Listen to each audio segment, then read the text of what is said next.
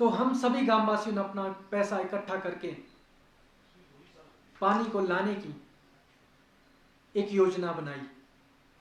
और योजना बनाई, लॉकडाउन से पहले हमने एक छोटे से टैंक का निर्माण किया। जब हमने छोटे से टैंक का निर्माण किया तो बीच में महामारी के चलते काम रुक गया। परंतु जब इस महामारी में के बाद हमें थोड़ी सी ढील मिलने के कारण हमने वहां पर पाइपें खरीद के ले आई और पाइपें बिछाई। और वहां की एक दूसरी पंचायत के एक अज्ञात व्यक्ति पूरनचंद के नाम से हमारी पाइपें उखाड़ी गई और उन्हें काटा गया। जब हमारे ऊपर जबकि वो गवर्नमेंट लैंड है, पूरा फॉरेस्ट एरिया, जबकि वहां किसी की ना तो निजी भूमि आती है, पूरा फॉरेस्ट लैंड से पानी आ रहा था। उस व्यक्ति के द्वारा, वो हमारे आदर्श है, बड़े भाई के समान है, परंतु उन्होंने जो महामारी के चलते इतना घटिया कार्य किया। जब मैं DFO Bhuntar divisional forest officer से मिला तो उन्होंने कहा कि राहुल जी, ये हमारा काम है, आपका काम रोकना हमारा काम है, ना कि पूरन पुजारी जी का है।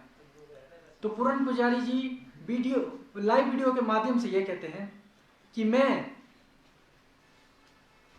पूरनचंद पुजारी वन समिति का जो है अध्यक्ष हूं, और उन्होंने अध्यक्ष होने के नाते यह कहा कि मैं ये पानी नहीं ले जाने दूंगा, आपको हमारे पंचायत से एनओसी लेनी पड़ेगी। और मैं एक बात पूछना चाहता हूं, एनओसी किस बात की लेनी पड़ेगी, जबकि हमारे पंचायत के भी फॉरेस्ट लैंड में हमारे पंचायत के 3 गांव के वहां राइट्स ऑलरेडी हैं।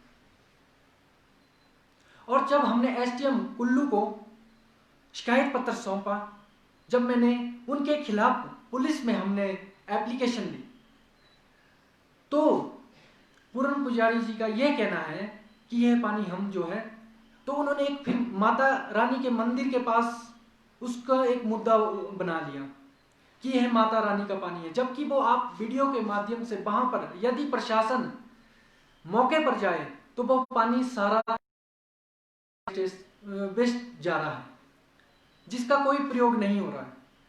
और वहां पानी के बहुत सारे स्रोत हैं, हम मानते हैं, पर लोग क्या वहां पर घास ना पूरी करने के कारण वहां डंगर अपने छोड़ के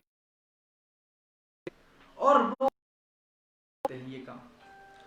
और उन्होंने एक बात और कही, पहले मैंने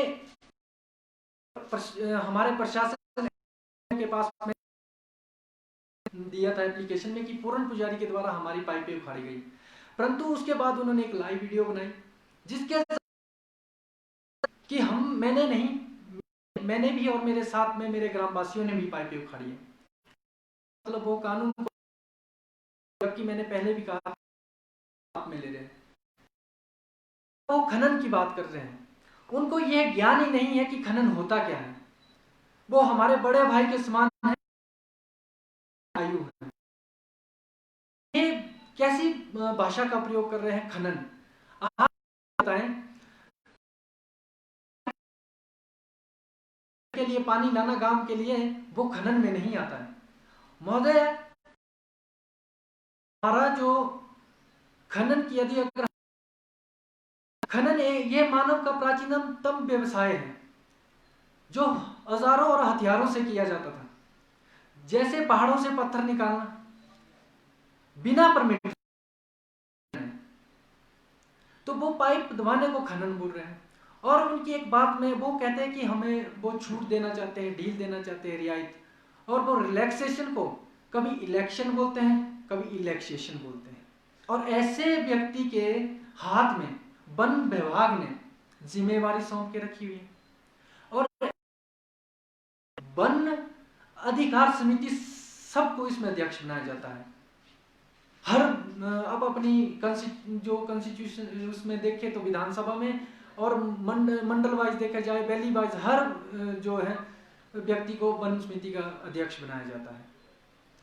उसके बाद वो कहते हैं कि यह पानी जो हम नहीं देंगे। और एक दूसरी बात वो कहते हैं कि उन्होंने स्कूल की एक बात कही कि वो गांव है कि जंगल है, परंतु उन्होंने कहा कागजों में वो गांव नहीं है। वो तो मुझे भी पता था, वहां तो आबादी ही नहीं है, वो तो पूरा फॉरेस्ट लैंड है। तो मैं उनसे ये सच उगाना चाहता था कि वो सच बोले कि वो फॉरेस्ट लैंड है या गांव है, परंतु उन्होंने उस पर उंगली उठाते हुए ये कहा सरण नाम से कोई भी गांव नहीं है। महोदय, मैं आपको इन डॉक्यूमेंट्स में यदि दिखाऊंगा, सरण नाम से ये हमारा फॉरेस्ट है। उन्होंने कहा राहुल जी कहीं भी जाएं डॉक्यूमेंट्स निकालें तो सरण गांव नहीं है, परंतु ये कोटकंडी हरकंडी फॉरेस्ट लैंड जो है हमारा सरण है, बाकायदा जब इसमें लिखा हुआ है, और वो हमारे से प्रूफ मांग रहे। और दूसरी बात, उन्होंने उस कारण हमारे गुस्से में क्रोधित आके उन्होंने हमारी शिक्षा पर उंगली उठा दी। महोदय, मैं उनको आपके जरिए यह एक बात पहुंचाना चाहता हूं। मैं एक लॉ का भी छात्र हूं, और साथ में उन्होंने जब मैंने गांव को बोला तो उन्होंने उसके ऊपर मुद्दा बना दिया कि उनको शायद ज्ञान नहीं है।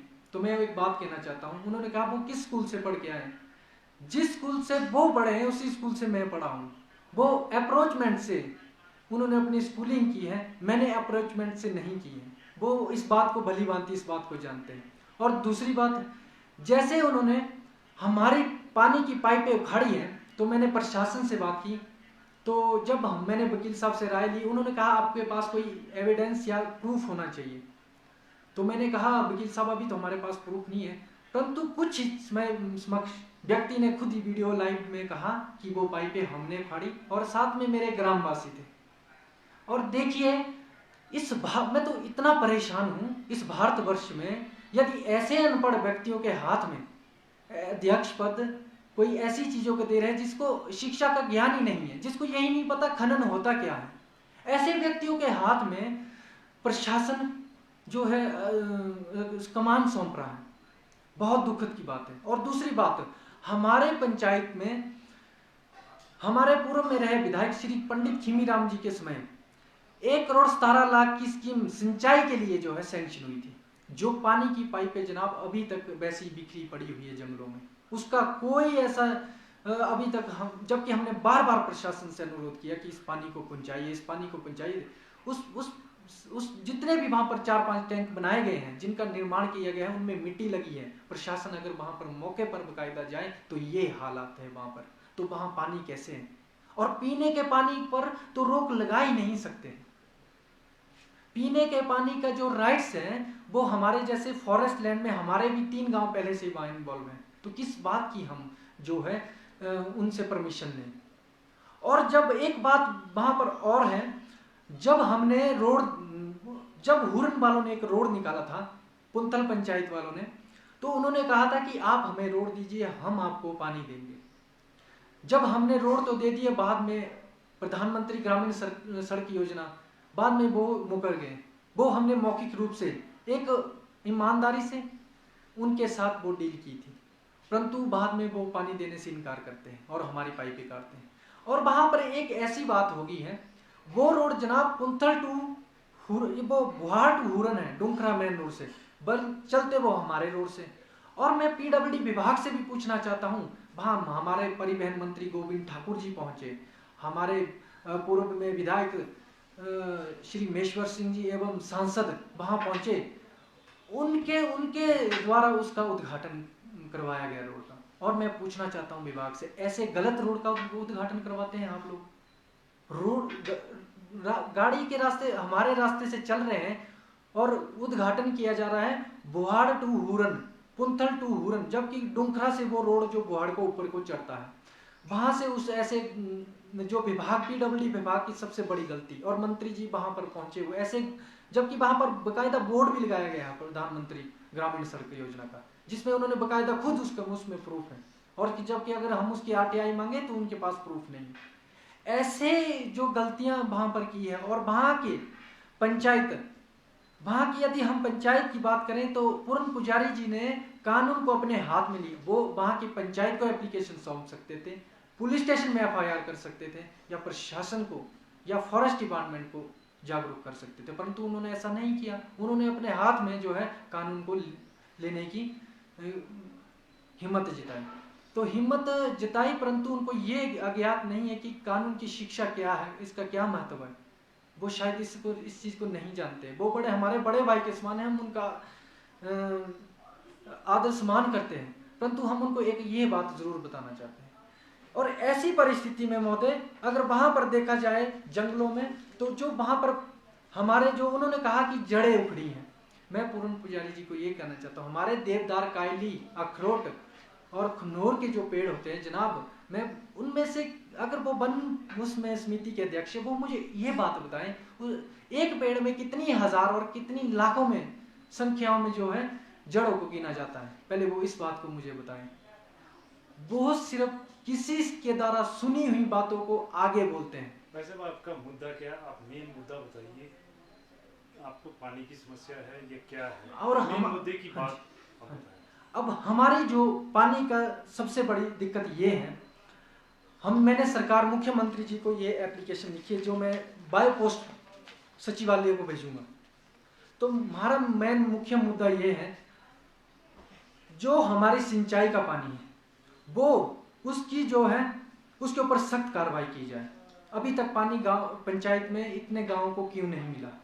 और दूसरी बात, जो हमने पीने के लिए पानी लाया जिसका कि ना प्रशासन ने ना वन विभाग वालों ने उसका ऑब्जेक्शन किया, फिर उस व्यक्ति के द्वारा इस ऑब्जेक्शन पर ऐसा ऑब्जेक्शन क्यों किया गया, इसकी भी हम सरकार से जो है रिपोर्ट मांगते हैं और उस व्यक्ति के ऊपर सख्त कार्रवाई की जो है मांग करते हैं।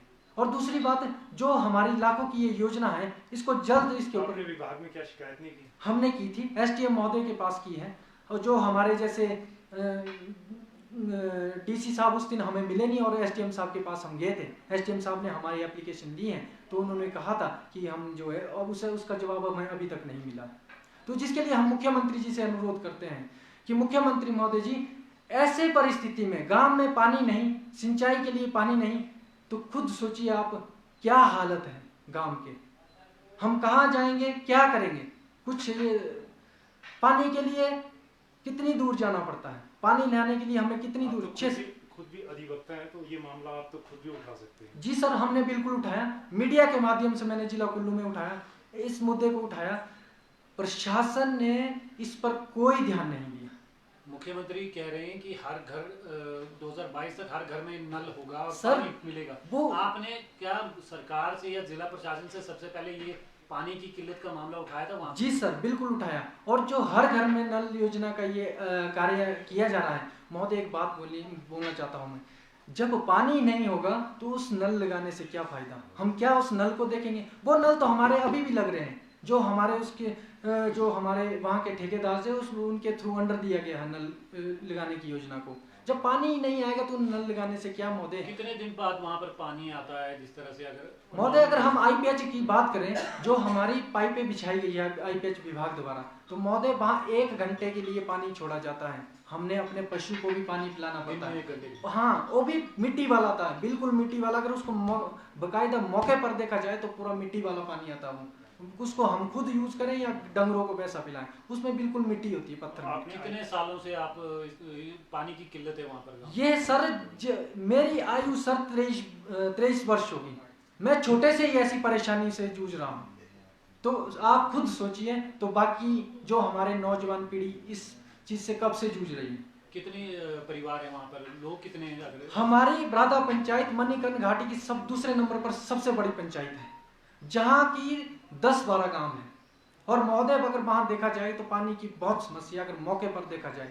और जो बावड़ियों की है जनाब, वहां ऐसे टैंक निर्माण किए गए हैं जिनका की कोई प्रयोग के लायक ही नहीं, जो सारे टूटे फूटे हुए।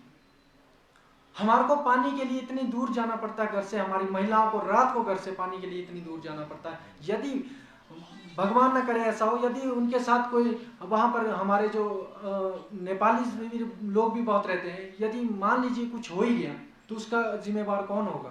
तो आगे की क्या ही नहीं रहेगा अगर वहाँ पर ये समस्या हल नहीं होती, तो आने वाले समय में क्या? आने वाले समय में हमारी यही है, अगर हमारी सरकार मांग नहीं सुन सकती है तो हमारा यही मुद्दा है कि हम कोर्ट में बाय कोर्ट के थ्रू हम इस मुद्दे को जो है कोर्ट में ले जाएंगे।